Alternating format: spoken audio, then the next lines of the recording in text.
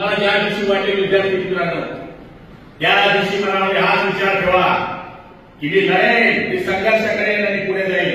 आणि आमदार झालोय, हे अशीच नाही झालोय. ठीक आहे, आमच्या जातीला सगळे लोक शिव्या देतात.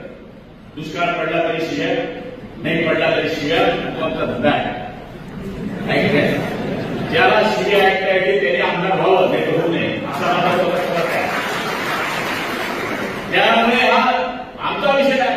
आम्ही कधी या गोष्टीचा विचार करत नाही. आम्ही पण संघर्षात्मक आलो, आम्ही संघर्षात्मक आलोय.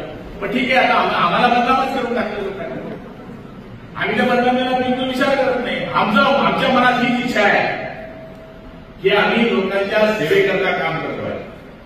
आणि त्याच्याकरता प्रताप कॉलेजच्या या प्रांगणामध्ये ज्या शेड लोकांनी एवढा आपल्याकरता वैभव उभं केलाय, त्याच्यापासून कोणी कलेक्टर व्हावा, कोणी फौजदार व्हावा, कोणी डॉक्टर व्हावा, कोणी वकील व्हावा, याची तर फॅक्टरी मागच्या काळापासून सुरू आहे.